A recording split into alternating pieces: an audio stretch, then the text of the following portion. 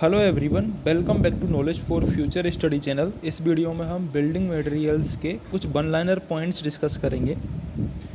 पहला है जिप्सम।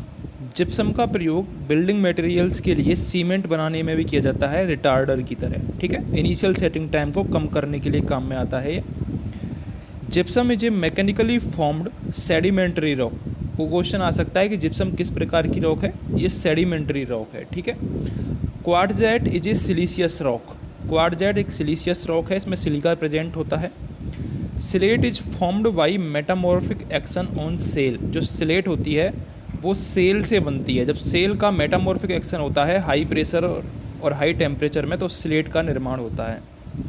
अगला है heavy stone is suitable for retaining वाल। रिटेनिंग वाल के लिए जो हैवी स्टोन होते हैं वो सूटेबल होते हैं। Hard stone is suitable for rubble machinery. Rubble machinery के लिए हार्ड स्टोन सूटेबल होते हैं और रिटेनिंग वाल के लिए हैवी स्टोन सूटेबल होते हैं। Soft stone is suitable for ornamental work. जो सॉफ्ट स्टोन होते हैं वो ऑर्नामेंटल वर्क के लिए काम में आते हैं। एस्थेटिक पॉइंट ऑफ व्यू से वो काम में आते हैं। Quartzite has most weather resisting characteristics. जो क्वार्ट्ज होता है, quartzite has most weather resisting characteristics. सबसे ज़्यादा वेदर रजिस्टिंग कैरेक्टरिस्टिक्स शो करता है ये। अगला पॉइंट है a good building stone should not absorb water more than 5%।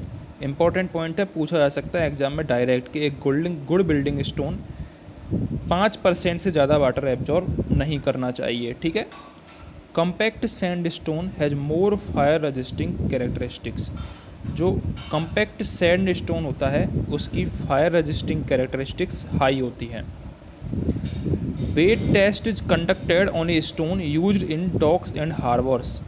Docs और हार्बर्स में जो स्टोन काम में आता है उसके लिए हम वेट टेस्ट करते हैं। ठीक है। Wet test is conducted on stone used in docks and harbours.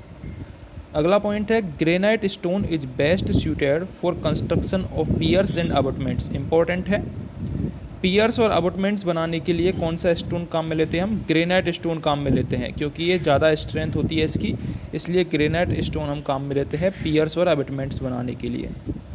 अगला है crashing strength of good building stone should be more than. जो क्रेसिंग स्टोन स्ट्रेंथ है गुड बिल्डिंग स्टोन की वो 100 मेगापास्कल से ज़्यादा होनी चाहिए। ठीक है।